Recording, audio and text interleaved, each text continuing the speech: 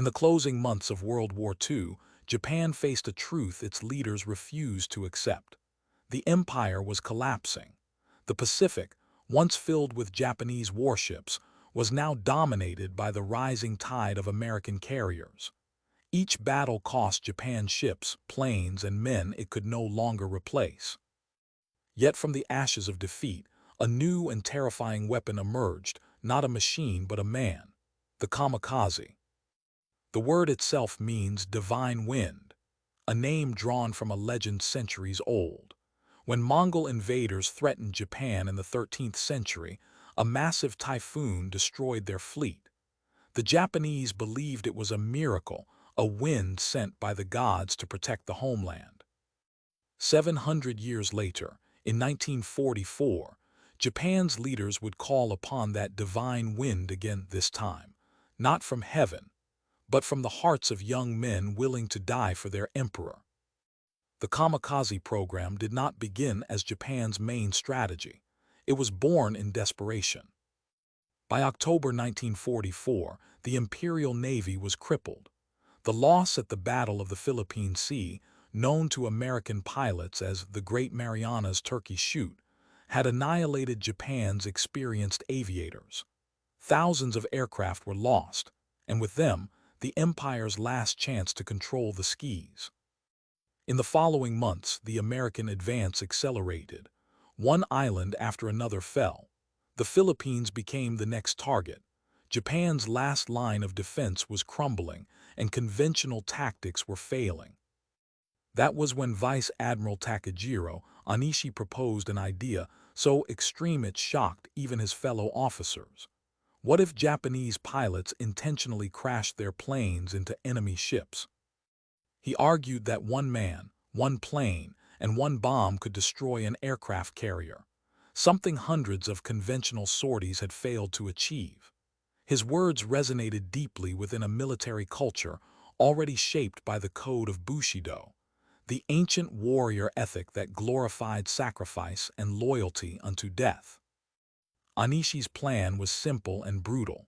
He ordered the formation of a special attack force, the Shinpu Tokubetsu Kojikatai. The world would soon know them by a single word, kamikaze. Training began immediately. Young pilots, many barely 20 years old, were gathered from across Japan. They were told that by giving their lives, they could turn the tide of the war and protect their families, their homeland, and their emperor. Some volunteered willingly, driven by patriotism or fear of dishonor. Others were pressured or selected without choice. Regardless of motive, all faced the same destiny, a one-way flight. The first organized kamikaze attack came on October 25, 1944, during the Battle of Leyte Gulf. 50 fighters, each armed with a 250-kilogram bomb, dove toward the American fleet. One pilot, Lieutenant Yukio Seki, struck the escort carrier USS St. Lo. The explosion ignited the ship's fuel stores, and within minutes, the St. Lo sank beneath the waves. For the first time, Japan had found a tactic that truly terrified the Allies. Reports from surviving American sailors described a feeling of helplessness. Watching enemy planes deliberately crash into their decks, their pilots showing no intention of pulling up. The psychological impact was immense. The kamikaze was not only a weapon of destruction, but of fear. In Tokyo, newspapers glorified the attacks.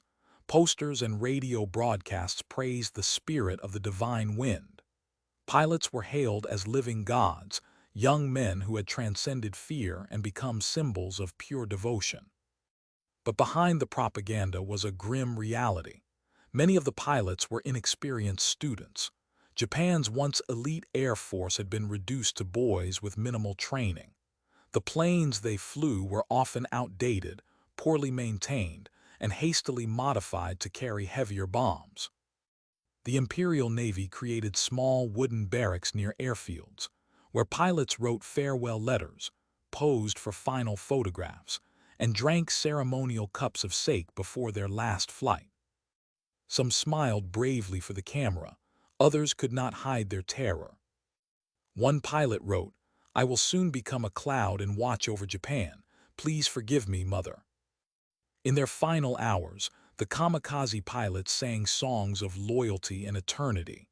They bowed to portraits of the Emperor, climbed into their cockpits, and took off, knowing they would never return. American radar operators learned to recognize the deadly pattern, a lone blip approaching low and fast. Anti-aircraft guns opened fire, tracer rounds filling the sky. Sometimes they succeeded, often they didn't. A single plane could cripple a destroyer, or ignite a carrier deck packed with fuel and munitions. By early 1945, kamikaze attacks had become a daily nightmare for Allied forces. Ships in the Pacific now faced not just enemy aircraft, but pilots who did not intend to survive. As Japan's situation worsened, the kamikaze campaign expanded. New aircraft designs appeared, some built solely for suicide missions. The most notorious was the Ohka, or cherry blossom, a rocket-powered glider packed with explosives. It was carried under a bomber, released near its target, and guided by a human pilot toward impact at nearly 600 miles per hour. The Americans nicknamed it the Baka bomb, the fool's bomb, but the name did not make it any less deadly. Each kamikaze that struck its mark left a scar not only on ships, but on the minds of every sailor who witnessed it. Survivors recalled the sound, the screaming engines, the explosion, the sudden fire that consumed everything. For the Japanese command, the kamikaze was proof of unwavering loyalty. For the world, it was a symbol of despair, a nation sacrificing its youth for an impossible victory. As 1945 began, thousands of pilots awaited their turn. The divine wind had become a storm, one that would rage until Japan itself fell. As 1945 progressed, kamikaze attacks became increasingly frequent and devastating. American fleets advancing toward Okinawa faced a constant threat from waves of suicide planes. The skies were filled with aircraft diving at high speed, leaving trails of smoke and fire behind them. The Battle of Okinawa, beginning in April 1945, marked the peak of the kamikaze campaign. Over 1,500 Japanese pilots took part, targeting carriers, battleships, and destroyers. The Americans had learned from previous encounters, improving radar detection and anti-aircraft defenses, but even their most prepared ships were not safe. One of the most infamous moments occurred on April 6, when waves of kamikaze planes attacked the fleet off the coast of Okinawa. The escort carrier USS Bunker Hill was struck twice within minutes. Fires raged across the deck, and more than 350 sailors were killed or wounded. The damage was catastrophic, yet the ship did not sink, a testament to the resilience of its crew. Japanese pilots, many still teenagers, were aware that survival was impossible. Letters found after their missions revealed a mixture of fear, resignation, and determination. They wrote to their families, pledging loyalty to the Emperor and expressing hope that their sacrifice would protect the homeland. Despite the horror they inflicted, the effectiveness of kamikaze attacks was limited by their lack of precision and the growing experience of Allied sailors. Many pilots were shot down before reaching their targets, and mechanical failures claimed others. The loss of life among the kamikaze themselves was immense. Thousands of young men perished, often for minimal strategic gain. New weapons were developed to maximize the destructive power of kamikaze missions. The Yokosuka MXY-7 Ohka, a rocket-powered human-guided bomb, was designed to strike ships at extreme speed. It was carried under a bomber and released near its target, allowing the pilot to guide the explosive payload into the ship's deck. Though terrifying, the majority of Ohka attacks failed due to Allied interception of the carrying bombers. The psychological effect, however, was undeniable. Allied sailors lived in constant fear. The unpredictability of the attacks forced the deployment of additional ships to protect the fleet, slowing operations and increasing stress on personnel. Reports described the haunting sight of planes diving deliberately into ships, smoke trails cutting across the horizon like deadly streaks of fate. Despite heavy casualties and limited tactical success, Japanese command continued to glorify the kamikaze program. Propaganda films portrayed young pilots as heroes ascending to heaven, their deaths framed as a sacred duty. Ceremonies were held at airfields where pilots performed formal bows, posed for photographs, and drank sake in ritual before their flights. On the American side, lessons were learned rapidly. Ships began using layered anti-aircraft defenses, combat air patrols increased, and fighter planes were assigned to intercept kamikaze well before they reached the fleet. Radar improvements allowed for earlier detection, giving gunners more time to respond. Still, even with these measures, some kamikaze reached their targets, leaving death and destruction behind. One such attack destroyed the destroyer USS Laffey in April 1945. Multiple planes crashed into the ship, causing explosions and fires, yet the crew fought tirelessly to save her. The Laffey's survival became legendary, symbolizing the courage and resilience of Allied sailors facing seemingly unstoppable human weapons. The final months of the war saw a steady increase in kamikaze missions. They became a desperate gamble, a measure of honor, desperation, and fatalism. Many young pilots believed they were protecting their families and their country, yet the strategic outcome was clear. The attacks could not stop the advance of Allied forces. Historians later concluded that the kamikaze program inflicted approximately 4,900 Allied deaths and damaged over 300 ships. For Japan, the human cost was even greater.